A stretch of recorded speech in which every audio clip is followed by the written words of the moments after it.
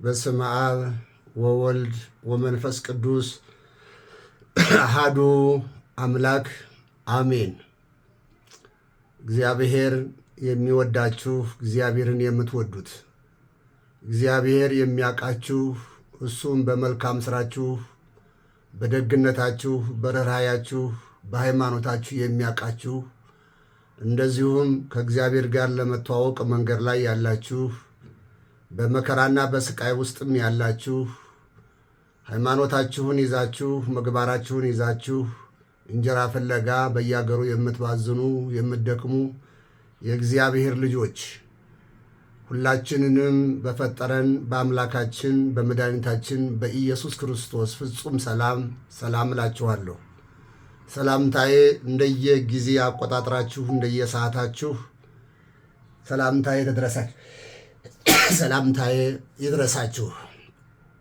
የሰላም ባለቤት ኢየሱስ ክርስቶስ ሰላማችሁን ያብዛላችሁ። የምትጨነቁ፣ የምታዝኑ፣ የምትተክዙ፣ ተስፋ የቆረጣችሁ ሁሉ በኢየሱስ ክርስቶስ ፍጹም ሰላም ደስታ ይሁንላችሁ። አምላካችን መድኃኒታችን ኢየሱስ ክርስቶስ እኛ ስንትወው ያልተወን፣ ስንረሳው ያልረሳን፣ የሚያበላን የሚያጠጣን፣ ተኝቶም የሚያስነሳን፣ አፋችንን ከፍተን እንድንናገር እስትንፋሳችንን ሁሉ አሟልቶ የሰጠን የሰራዊት ጌታ አምላካችን እግዚአብሔር ምንም ያጎደለብን ነገር ስለሌለ ክብርና ምስጋና ሁሉ ለእሱ ይድረሰው። የእግዚአብሔር ቤተሰቦች እሱን አንስተን እናቱን ቅድስት ድንግል ማርያምን ሳናነሳ አንቀርምና የድነት ምክንያት የሆነች የመሰላላችን እሷ ናትና አምላካችን እግዚአብሔር በእሷ ጸሎትና ልመና በምሕረቱ በቸርነቱ ይቅር እንዲለን ቅዱስ ፈቃዱ ይሁንልን። የጻድቃን የሰማዕታት የመላእክት ተራዳይነት የቅዱሳኑ ሁሉ ጸሎት በእኛ ላይ አድሮ ይኖር። እንግዲህ የእግዚአብሔር ልጆች ዛሬ እንደ እግዚአብሔር ፈቃድ ከስንክሳር መንደር ሰማዕታትን እያወጣን ቅዱሳንን እያወጣን በየቀናቸውና በየሰዓታቸው በየጊዜያቸው በየዕለቱ እያነበብን ታሪኩን እንድታውቁት ለማድረግ ብዙ እየጣርን ነው ያለነው። ዛሬም ደግሞ ከሰማዕታቱ መንደር አንድ ሰው ሰማዕቱ ገላውዴዎስ ይህንን ሰማዕት ብዙዎቻችን እናውቀዋለን። የቤተክርስቲያን ሰዎች ያውቁታል።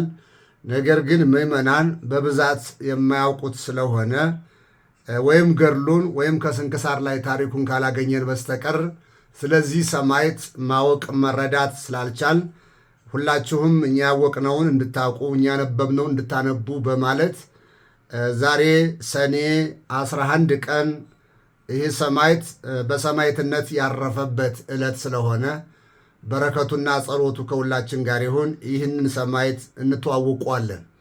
ቀጥሎ ደግሞ ነገ ሰኔ 12 የመልአኩ የቅዱስ ሚካኤልና እንዲሁም የሌሎቹ ጻድቃን ቅዱሳን ያሉበት ትልቅ ሰፋ ያለ ታሪክ ነው። የመልአኩ የቅዱስ ሚካኤልም ባለ ሲመቱ ነው። ከዛም ቀጥሎ እነ ባህራን ይገኛሉ፣ እነ አፎሚያ ይገኛሉ። ሌሎቹም የመልአኩ የቅዱስ ሚካኤልን ዝክር ሲዘክሩ የነበሩ ሰዎች መጨረሻቸውን ደግሞ እንዴት እንዳሳመረላቸው እንመለከታለን። ብዙ በዓላት ነገ አብረው ይውላሉና ነገ ሰፊ ስለሆነ እስኪ አንዱንም ዛሬ ከዚህ ሰማዕት ጋር አብረን በማንሳት ለመሳተፍ ለማቅረብ እንሞክራለን።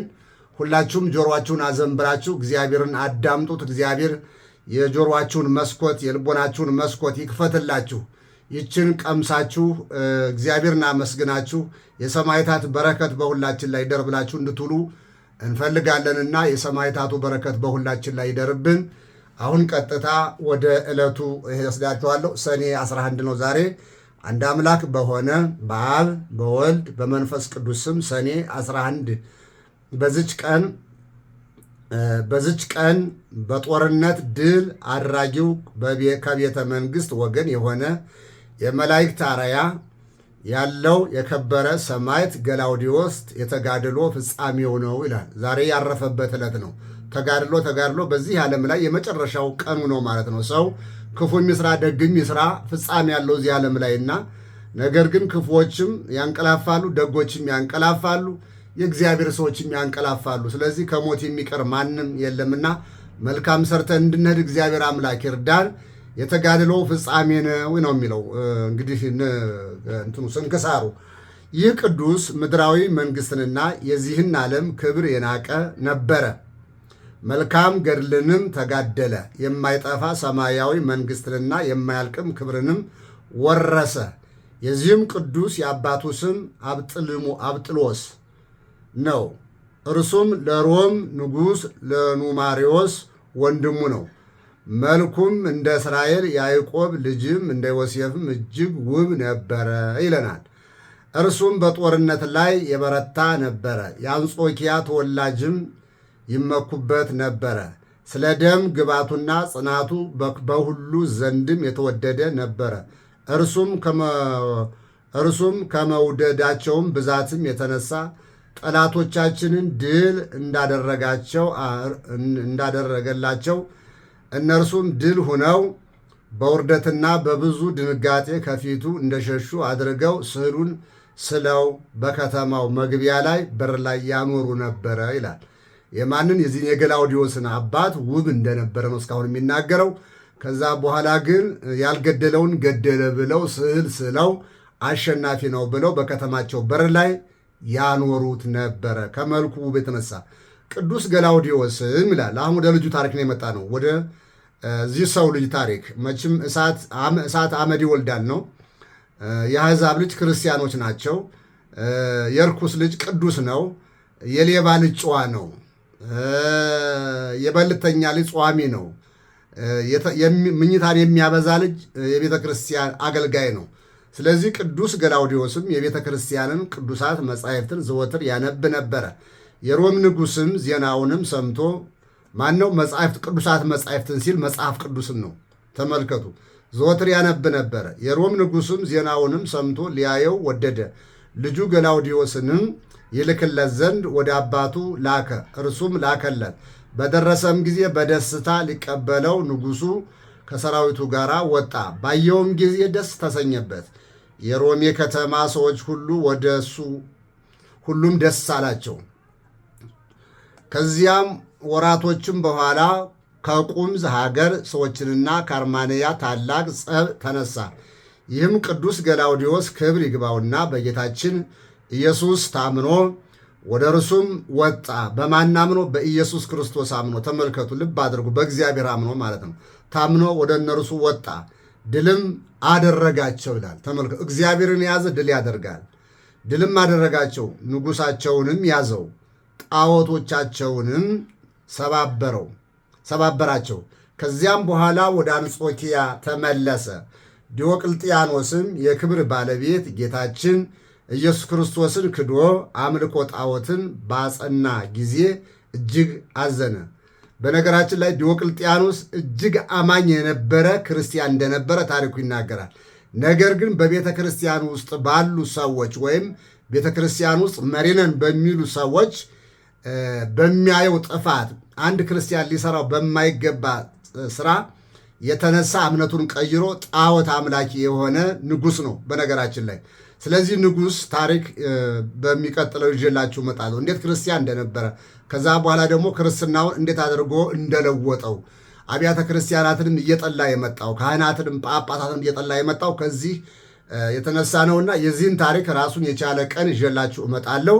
ሙሉ ታሪኩን በጣም ያሳዝናል። እንዴት ሃይማኖትን እንደቀየረ ሰዎች እምነታቸውን የሚቀይሩት በአንዳንድ ሰዎች ስለሆነ እገሌን እንዲህ ሲያረጋቸው ነው ብለው ይላሉ። በተለይ የቤተ ክርስቲያን አባቶች የሚነበቡ መጻሕፍቶች ናቸውና አልሆነበት ቦታ ቁጭ ብለው አልሆነበት ቦታ ላይ ካልሆነ ሰው ጋር ሲያወሩ ከማይገባቸው ክብራቸውን ከማይመጥን ሰው ጋር ሲታዩ ብዙዎች ይሰነካከሉና ግን እግዚአብሔር የተከለው አብ የተከለው አይነቀልም።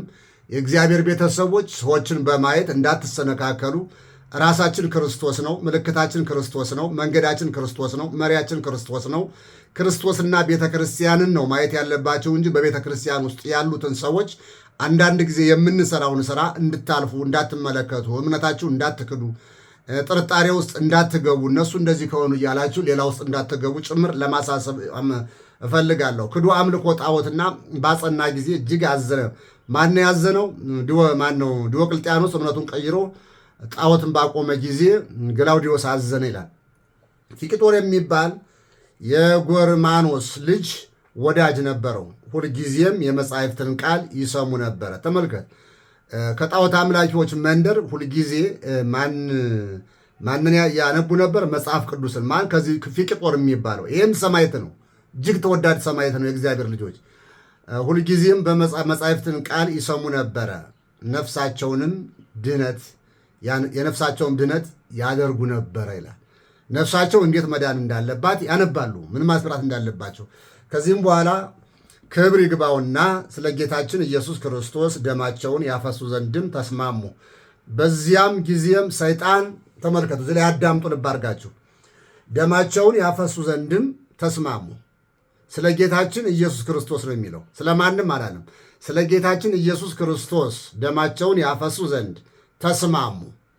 ጣዖት አምላኪ ነው አገሩ። ስለዚህ ምን መሆን አለበት? በዚህን ሰዓት ላይ እነዚህ ሰዎች በዚህ እምነት መካከል ላይ ስንኖር ሞት እንዳለ አምነዋል። ስለዚህ ደም ለማፍሰስ ተስማሙ። ሰማዕት ቦው ጠባብ አንቀጽ በስመ ሥላሴ የፈጸሙ ምራጽ። ሰማዕታትም በጠባቧ መንገድ ሄዱ፣ ሩጫቸውንም ጨረሱ፣ የሰማዕትነትንም ሥራ ሰሩ ነው የሚለው እና ደማቸውን ያፈሱ ዘንድም ተስማሙ። በዚያን ጊዜም እኛ የምንስማማው የእግዚአብሔር ልጆች የሰው ደም ለማፍሰስ ነው፣ የሰው ገንዘብ ለመቀማት ነው፣ የሰው ኪስ ለማውለቅ ነው፣ ያልደከምንበትን ለመሰብሰብ ነው የሰው ደም የምናፈሰው። ፖለቲከኞች ናቸው የሰው ደም የሚያፈሱት ስልጣን ላይ ለመቆየት እና የክርስቲያን ሰዎች፣ ክርስትናን የያዙ ሰዎች ግን ደማችን ይፍሰስ ነው እንጂ ደም አያፈሱም። ስለዚህ በክርስቶስ የሚኖር ሁሉ የሰውን ሞት አይፈልግም። ስለዚህ በዚያን ጊዜም ሰይጣን በሽማግሌ አምሳል ታያቸው። ተመልከቱ፣ ወሰኑ። ሰይጣን ደግሞ የሚያደርገውን መስማት አለባቸው። በሽማግሌ አምሳል ታያቸው፣ ያዘነላቸው መስሎ እንዲህ አላቸው፣ ልጆቼ ሆይ መልካሞች ጎልማሶች ናችሁ። አይማባቢያ ቃል የነገሥታትም ልጆች ናችሁ። ተመልከቱ፣ ስለ እናንተ እፈራለሁ አዝንላችሁም አለሁ። ሰይጣን ለሰው ልጅ መቼም አዝኖ የሚያውቀው እኔም ከንጉሡ ጋር ትስማሙ ዘንድም ለአማልክትም ታጥኑ ዘንድም እመክራችኋለሁ። ሊያግዟችሁም ሲያዛችሁም ትእዛዙን አትተላለፉ። ንጉሡ ሲያዝዝ ማለት ነው። ጣዖት አምልኩ ሲል አምልኩ ነው ያላቸው ሰይጣን ነው። በምን ተመስሎ? በሽማግሌ። እግዚአብሔር ልጆች ሽበት ያለው ሁሉ የሚታመን አይደለም። የሚመክሩት ምክር በተለይ ለእኛ የሚሆን የሚያንጽ አይደለም። አንዳንዶቻችን የምንመክረው ምክር አትተላለፉ፣ እናንተም ክርስቶስን በቤታችሁ አምልኩት፣ ወደ ውጭ አታውጡት፣ አትመስክሩለት አለ። ተመልከቱ፣ ክርስቶስን በቤታችሁ አምልኩት እንጂ በአደባባይ ግን ጣዖቱን መስክሩለት አለ። አምልኩት፣ ይህ ንጉሥ ኃይለኛ ራሄም የሌለው ጨካኝ ነውና አላቸው። ማንም? ሰይጣን።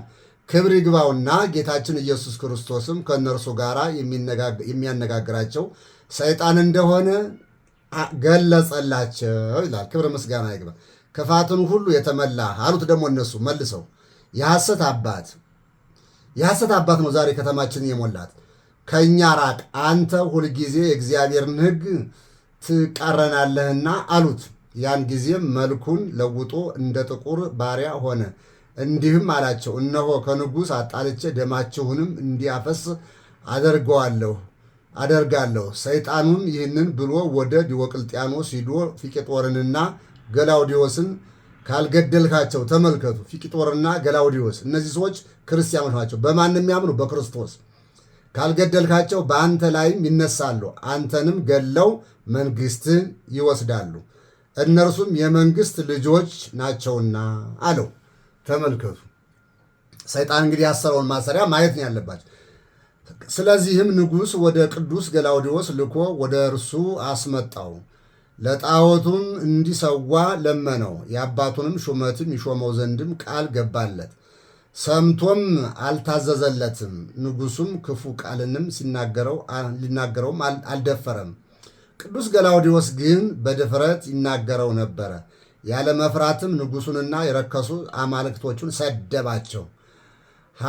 ጎርማኖስም ቅዱስ ገላውዲዮስን ወደ ግብፅ እንዲልከውና በዚያም እንዲገሉትም ንጉሡንም መከረው። እርሱ እንደ ልጄ እንደ ፊቄጦር አመፀኛ ነውና።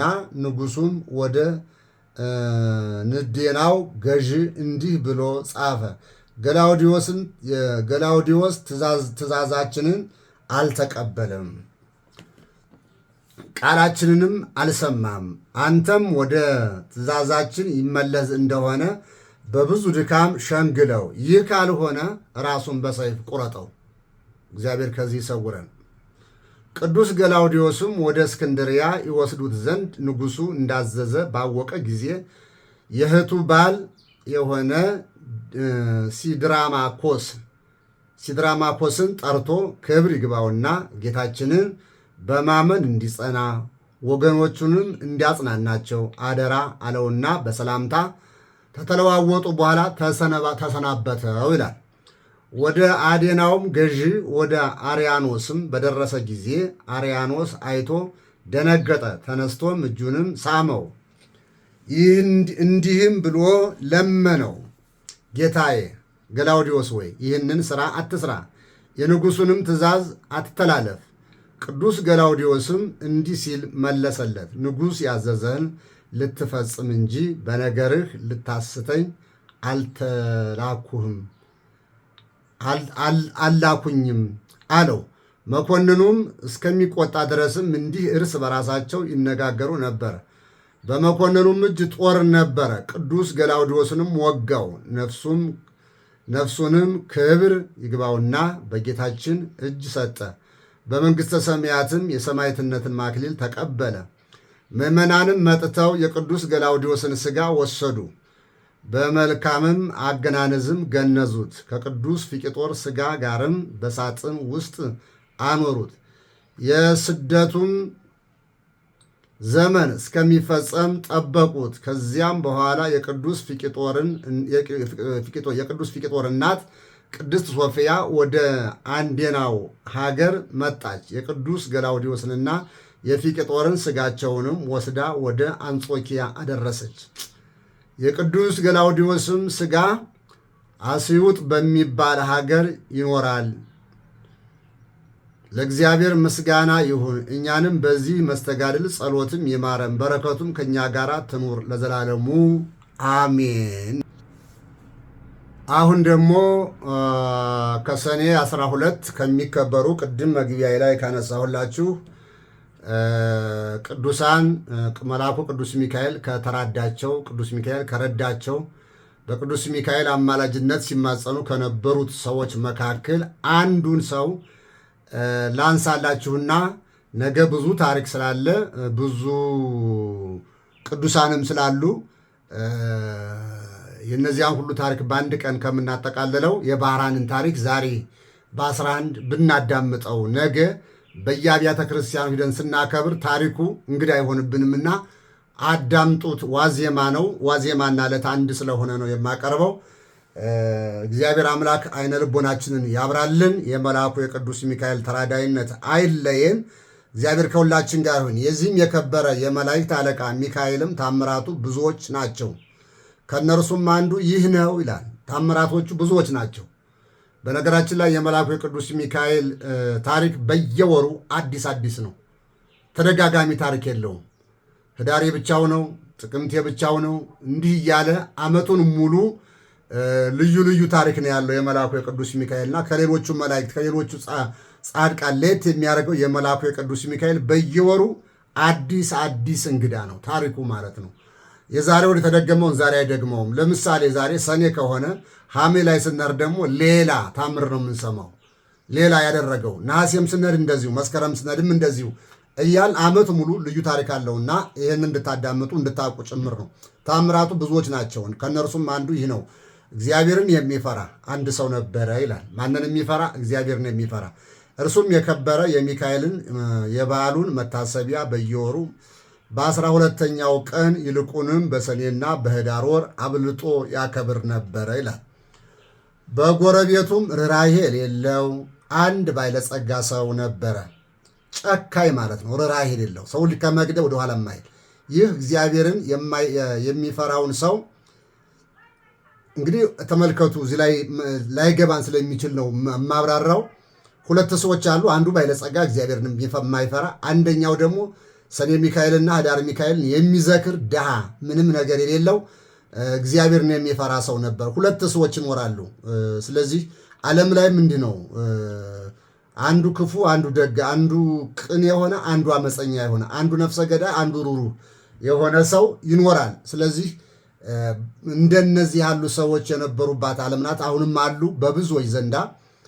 ስለዚህ በጎረቤቱም ርኅራኄ የሌለው አንድ ባለጸጋ ሰው ነበረ ይላል። ይህም እግዚአብሔርን የሚፈራውን ሰው የከበረ መልአክ የሚካኤልን በዓል በሚያደርግበት ጊዜ ይጠላውና ያቃልለው ነበረ። ስለዘከረ ይጠላዋል። ለድሆች ስለመራራቱም ይዘባበትበት ነበረ። የሕይወቱ ዘመንም ተፈጽሞ የሚሞትበትና በዚህም ከኃላፊው ዓለም ድካምም የሚያርፍበት ጊዜ ሲቀርብም የክብር መልአክ ሚካኤልንም በዓሉንም መታሰቢያ ታደርግለት ዘንድ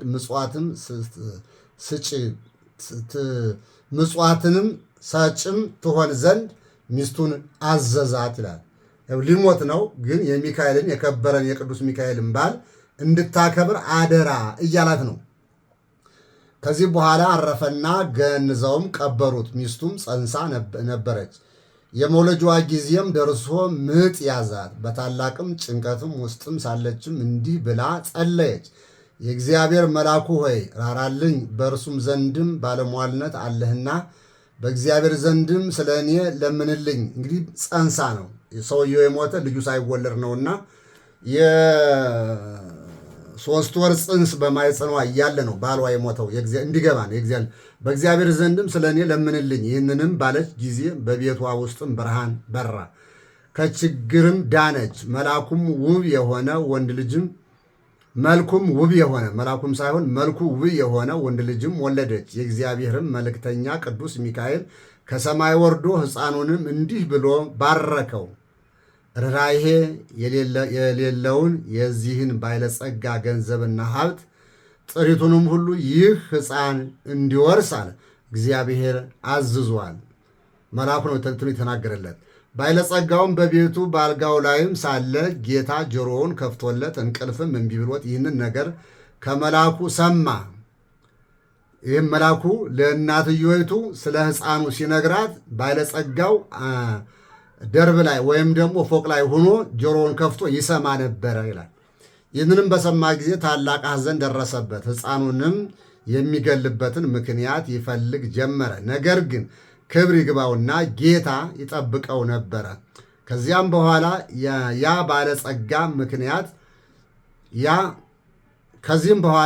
ባለጸጋ ምክንያት አዘጋጅቶ የሚያገለግለኝ ልጅ የሆነኝ ዘንድም ልጅሽን ስጭኝ፣ እኔም እየመገብሁና እያለበስሁ አሳድገዋለሁ፣ ላንቺም 20 ወቄት ወርቅ እሰጥሻለሁ አላት። ገንዘብ ማያጓጓው የለም። ይህንንም ነገርም ከባለጸጋው በሰማች ጊዜ ስለ ችግሯ እጅግ ደስ አላት። ተቸግራ ስለነበረ 20 ወቄት ብር ለእሷ 1 ዓመት ሙሉ ይመግባታል ማለት ነው። ስለዚህ ልጅም እዚያ ቤት ሄዶ እንደ ልቡ በልቶ ልብሱን ለብሶ ይማርልኛል ነው። ክፋቱን በስተጀርባ አላወቀችም። መልአኩ ሲያነጋግራት ይሰማ ነበር ይህ ሰው። ስለዚህ ለመግደል ነው እየፈለገ ያለው። በሰማት ጊዜ ስለ ችግሯ እጅግ ደስ አላት። ልጇንም ሰጠችው። እርሱም 20 ወቄት ወርቅ ሰጣት። ልጇንም ወሰደው። የሚሻው ተፈጸመለት። የሚፈልገው ማለት ነው። የሚሻው ማለት የሚፈልገው ተፈጸመልኝ ብሎ ደስ አለው።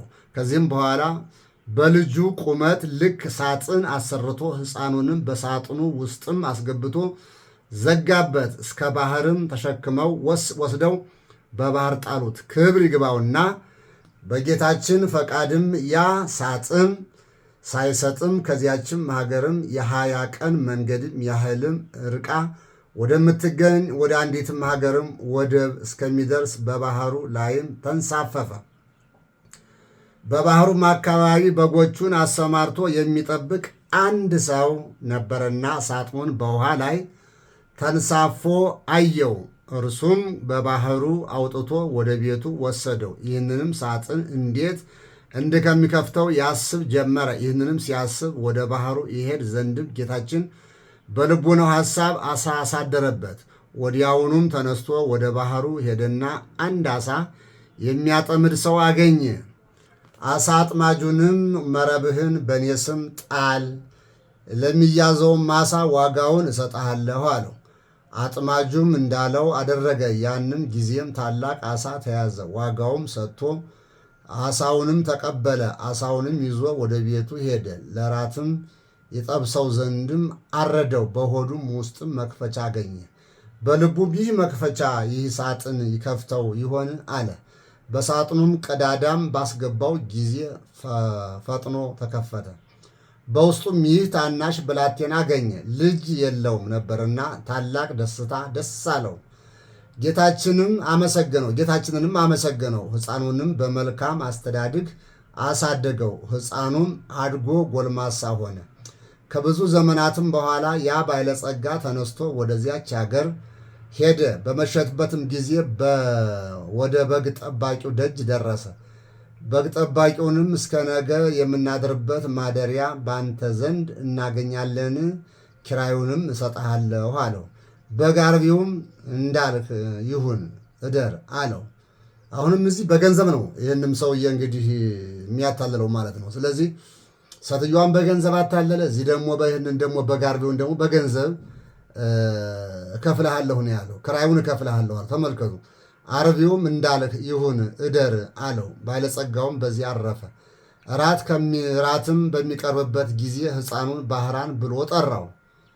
ባለጸጋውም ሰምቶ ልጅህ ነውን ብሎ ጠየቀው። በግ ጠባቂውም አዎ፣ ታናሽ ሕፃን ሆኖ ሳለ ከባህር አግኝቸዋለሁና እግዚአብሔር የሰጠኝ ልጄ ነው።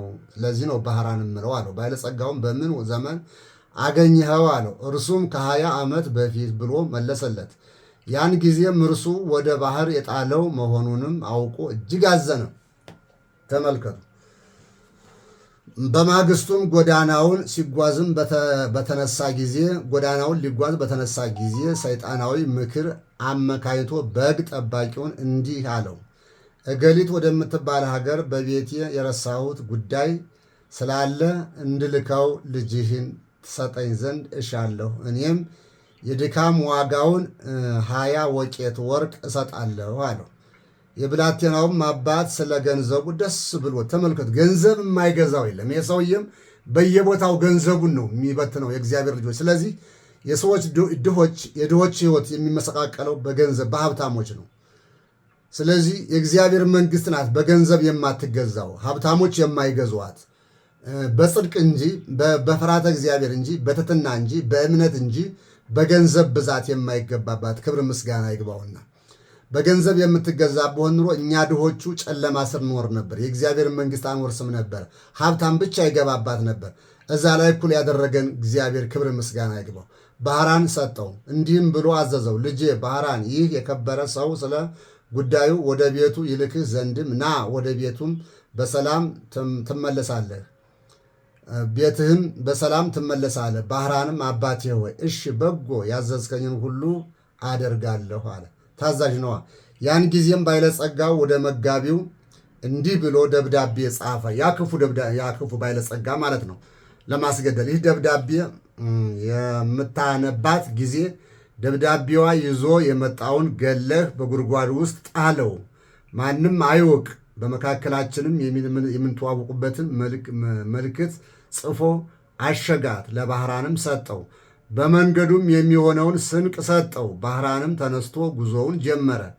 ሲጓዝም ሰንብቶ የአንዲት ቀን ጉዞ ሲቀረውም እነሆ የመላእክት አለቃ የከበረ መልአክ ሚካኤልም በንጉሥ ጭፍራ አምሳል በነጭ ፈረስ ላይ ተቀምጦ አንተ ጎልማሳ የያዝከው ምንድን ነው አለው።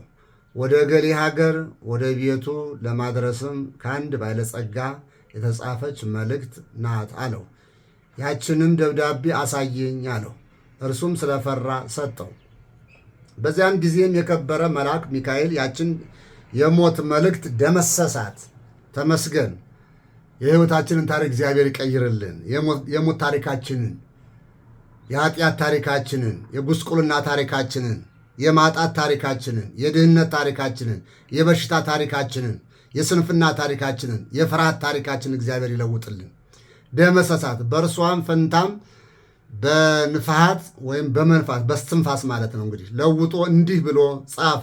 ይችን ደብዳቤ ይዞ ለመጣ ባህራን ለሚባል ሰው ይችን ደብዳቤ ደርሳ በምትነበብበት ጊዜ ልጄ እገሊትን አጋቡት፣ በውስጥና በውጭም ያለ ንብረቴንና ጥሪቴንም ወንዶችና ሴቶች ባሮቼንም ጠቅላላ ንብረቴንም አውርሸዋለሁና፣ ተመልከቱ፣ የፈለገውንም ሊያደርግ ስልጣን ሰጥቸዋለሁና እኔን አትጠብቁኝ፣ እኔ ብዙ እዘገያለሁ። የእኔ ሹም እገሌ ሆይ በእኔና በአንተ መካከል ይቺ ምልክት እነኋት። ከዚህ በኋላ አሽጎ ለባህራን ሰጠውና ወደ ባለጸጋው ቤት ሄደ። ይችን ደብዳቤ ለሹሙ ሰጠው። በጎዳናም ለሹሙ ስጠው።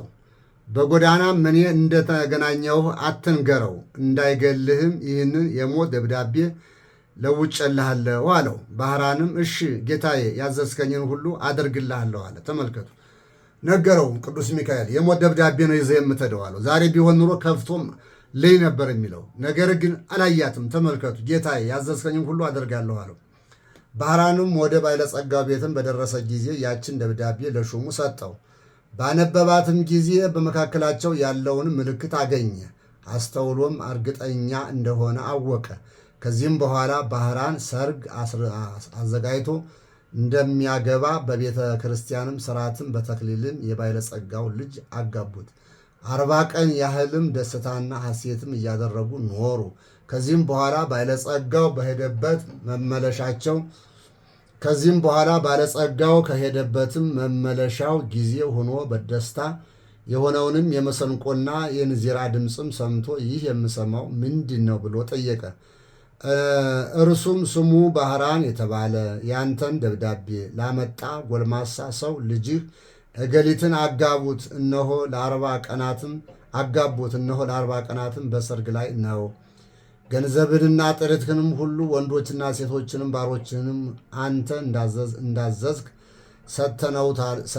ሰጥተውታል አሉት። ይህንንም በሰማ ጊዜ ደንግጦ ከፈረሱ ላይ ወድቆ በድንገት ሞተ። ክፉ ሰው መጨረሻው ይሄ ነው።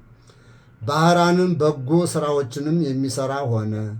የተገለጸለትና ከመገደልም ያዳነው የመላእክት አለቃ የከበረ መልአክንም ሚካኤልንም እንደሆነ ሊገለውም የሚሻውንም የባለጸጋውንም ጥሪቱን ሁሉ ያወረሰው እርሱ እንደሆነ ተረዳ። የዚህም የከበረ መልአክም የመላእክት አለቃ ሚካኤልንም መታሰቢያ በየወሩ ያደርግ ጀመረ። ቤተ ክርስቲያንም ሰራለት። የቅዱስ ሚካኤልንም ስዕል አስሎ በቤተ ክርስቲያኑ ውስጥም አደረገው። ከእርሱም ብዙዎች ድንቆች ታምራቶች ተገለጡ። ባህራንም ቅስና ተሹሞ እስከ ዕለተ ሞቱ በዚያችን ቤተ ክርስቲያንም ውስጥም የሚያገለግል ሆኖ ኖረ። በዚህም በከበረ የመላእክት አለቃ ሚካኤል አማላጅነት በእናቱና በአባቱ ከልጆቹም ጋራ የዘላለም ሕይወትን ወረሰ። መድኃኒታችን በተነሳበትም ቀንም ይህ ክቡር መልአክ ሚካኤል በውስጠኛው መጋረጃ ውስጥም ገብቶ በክብር ባለቤት ፊትም እንዲህ እያለ ይለምናል። እውነት ስለሆነ ቃል ኪዳንህ በምድር መታሰቢያዬን የሚያደርጉትን ትምርልኝ ዘንድም ፈጣሪ ሆይ እኔ አገልጋይህና መልእክተኛ ከቸርነትህ እለምናለሁ። አንተ መሐሪ ይቅር ባይ ነህና።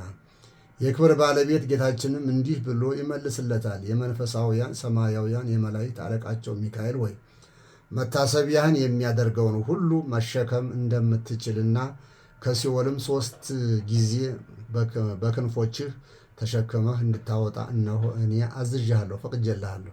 ይህንንም ቃል በሰማ ጊዜ እጅግም ደስ ብሎትም ባሉንም መታሰቢያ ከሚያደርጉትም ክንፎቹንም ተሸክሞ የእሳቱንም ባህርም አሳለፋቸው። እነርሱንም ከብቻቸው ጌታ በቀርም የሚቆጥራቸውም የሌለ። ስለዚህም የእነዚህ ታላላቅ የከበረ የመላእክት አለቃ ሚካኤልም የባሉንም መታሰቢያ ለማድረግም መታገል ይገባልና እርሱ ከሰይጣን ወጥመድ ያድነን ዘንድም የዘመናችንን ሁሉ ይጠብቀን ዘንድም ኃጢአታችንን ያስተሰርይልን ዘንድም መከራችንንም ያርቅ ዘንድም የምድራችንን ፍሬ ይባርክ ዘንድም ፈቃዱንም ለመስራትም ይረዳን ዘንድም ከኛ ወገንም የሞቱትን እረፍተ ነፍስ ይሰጥ ዘንድም ወደ መንገድ የሄዱ አባቶቻችንና ወንድሞቻችንን ወደ ቤታቸው በሰላም በጤና ይመልሳቸው ዘንድም በመካከላችንም ፍቅር ያደርግልን ዘንድም እስከ መጨረሻይቱም ሕቅታም ድረስም በቀናች ሃይማኖት ያጸናን ዘንድም በእግዚአብሔር ፊት ስለኛ ይማልድልናልና የክርስቶስ ወገኖች የሆኑ መኳንንቶቻችንንም ጠብቆ በወንበሮቻቸውም ላይም ያጸናቸው ዘንድም የሳቱትንም ወደ ቀናች ሃይማኖቱ ይመልሳቸው ዘንድም ለእግዚአብሔር ምስጋና ይሁን። እኛንም በዚህ መልአክ አማላጅነት ይማረን ለዘላለሙ አሜን። ዓመታዊ የቅዱስ ሚካኤልን በዓላቶች ወይም ደግሞ በ12 የሚከበሩትን ዓመታዊ በዓላቶች አነብላችኋለሁ። ልባችሁ አዳምጡ። አንደኛ ቅዱስ ሚካኤል ሊቀ መላእክት ዓመታዊ በዓሉ ነው። ቅዱስ ላሊበላ ጻድቅ ንጉሥ የኢትዮጵያ ዓመታዊ በዓሉ ነው። ቅድስት አፎሚያ ዓመታዊ በዓሏ ነው። ባለቤቷ ቅዱስ አስትራኒቆስ ዓመታዊ በዓሉ ነው። ሶስተኛ ቅዱስ ባህራን ቀሲስ እሱም ዓመታዊ በዓሉ ነው። እለእስክንድሮስ ሊቅ ቅዱስ እለእስክንድሮስ ሊቅ ይህም ዓመታዊ በዓሉ ነው። አባ ዮስጦስ ሊቀ ጳጳሳት ይህም ዓመታዊ በዓሉ ነው። ቅዱስ ማርቆስ ደቀ መዝሙር የማርቆስ ደቀ መዝሙር ነው። ይህም ሰባተኛ አባ ቄርሎስ ሊቀ ጳጳስ ይህም ታዋቂው የግብፅ ጳጳስ ነው። መጻሕፍትን የጻፈ ነው። ይህም ዓመታዊ በዓሉ ነው። ወርሃዊ ደግሞ ቅዱስ ማቴዎስ ሐዋርያ፣ ቅዱስ ዲሜጥሮስ፣ ቅዱስ ዮሐንስ አፈወርቅ፣ ቅዱስ ቴዎድሮስ ምስራቃዊ ሰማዕት፣ ቅድስት ክርስቶስ ሰምራ፣ አቡነ ሳሙኤል ዘዋልባ በሰማይ ሰልፍ ሆነ። እግዚአብሔርና ሚካኤልና መልእክተኞቹ ዘንዶውን ተዋጉ። ዘንዶም ከመላእክቱ ጋር ተዋጋ፣ አልቻላቸውምም። ከዚያም ወዲያ በሰማይ ስፍራ አልተገኘላቸውም። ዓለሙንም ሁሉ የሚያስተው ዲያብሎስና ሰይጣን የሚባለው ታላቁ ዘንዶ እርሱም የቀደመው እባብ ወደ ምድር ተጣለ።